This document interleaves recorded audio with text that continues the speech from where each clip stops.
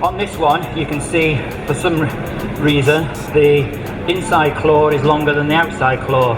So it'd be interesting to watch this cow walk a longer distance around the cubicles or somewhere to see if she's got, you know, a slight problem in a hocks or something that's causing her. She's putting more weight on the inside claw than the outside claw. And normally on the back feet it's the other way around.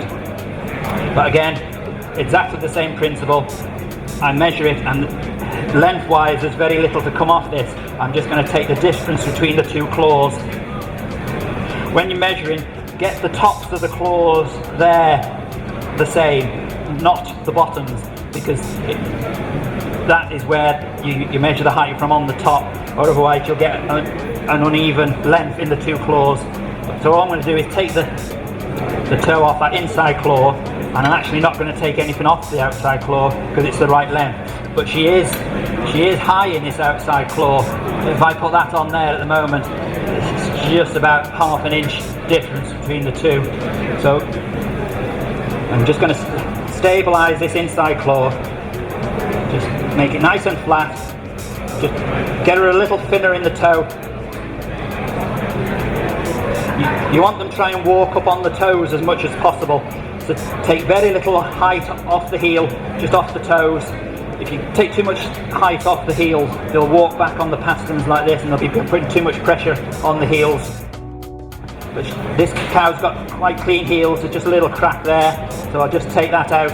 I'll reduce the height in this outside claw. When you're trimming cows' feet that are lame, there'll be 4 real common things that they'll be making them lame. At the moment, like Alex was saying, the real scourge is the dermatitis on the heel, which you either get here, or around the dew claws here. But just assess every foot when you pick it up and see what you can see. And immediately you can see there's quite a nasty crack here on this outside one. I'm going to take the height down a little more so she's not walking on it. And then one of the other problems is ulcers that we spoke about before. Mainly in overgrown feet, you'll get too much pressure on the quick. And then I touched briefly on the white line separation. That's what this cow has got, just a touch there. Again, more than likely a stone has gone in there when she's been out at summer grazing, and it's pushed right up, but it's split out on the top of the foot. So again, I'll just take it all out.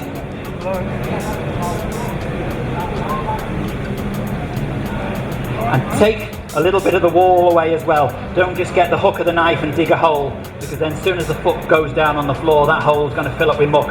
I've taken away all that crack on the wall, and then if she puts the foot down now, that muck will just slide up there, and that'll be a lot easier on her. And again, just smooth off. But these are just dry cows, routine trimming that, you know, if the farmer was doing themselves, you're just finding a few little problems in the foot that will turn into bigger problems later on. And again, I've just taken that out. That's saved any problems later on during the lactation.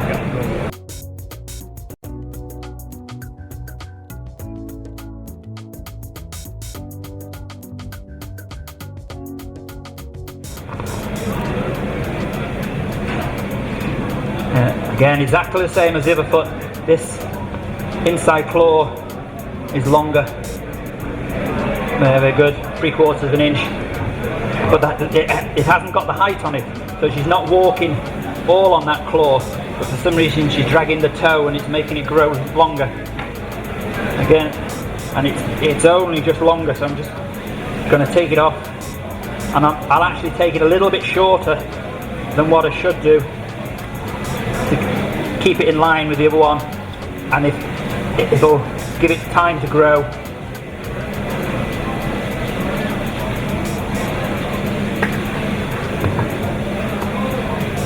Again, she's got nice clean heels, there's no sign of any dermatitis. I'm just scratching to make sure there's no stones in it, so I don't burn my knife. And these feet are ideal, there's just enough hardness in them which allows me to cut them easy, and they're not too soft for her to cause any problems to her. Looking like he's going to have to.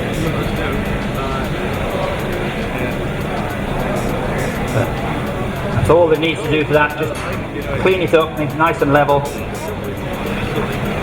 and then just reduce the height in this outside claw. The colour of these hooves are quite nice. They're just off white. There's no blood in them, so there's not much evidence of laminitis. If this was all discolorated, all sort of blood red, sort of like almost like beetroot, you'd say there was an imbalance of protein in the cow's diet. But the coloration and the hardness of these cows, I'd say that the diet and everything is just about perfect. Again, she's just got a little mark there in this outside white line. So I'll just investigate, make sure there's no stones underneath. But again, it doesn't come to anything, and she's not lame.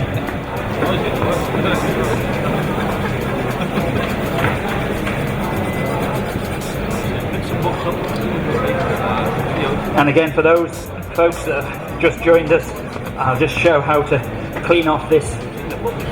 If the cow had an ulcer here or real bad white line separation in this outside toe, I would glue a block on that inside claw.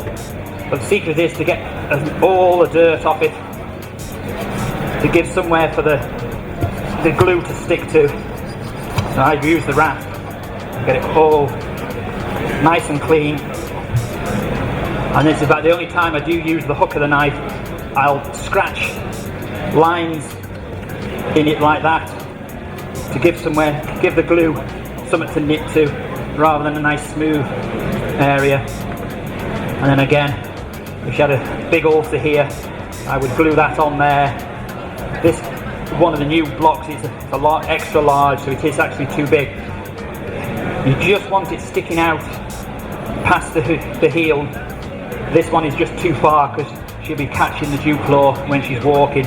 But you want it sitting nice and flat on the foot, and when you're trimming it, by keeping the sole of the foot nice and flat, it allows then to put the block on nice and flat. And leave that on for about 6 weeks, and by then this problem in this outside claw would have healed. They will stay on longer than that, especially these plastic ones. The old-fashioned wooden ones used to wear away a lot quicker because the wood was soft, but these plastic ones last a lot longer.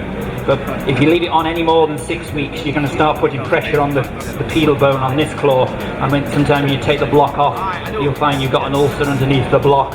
So then you've got to try and glue a block on there, on the other one.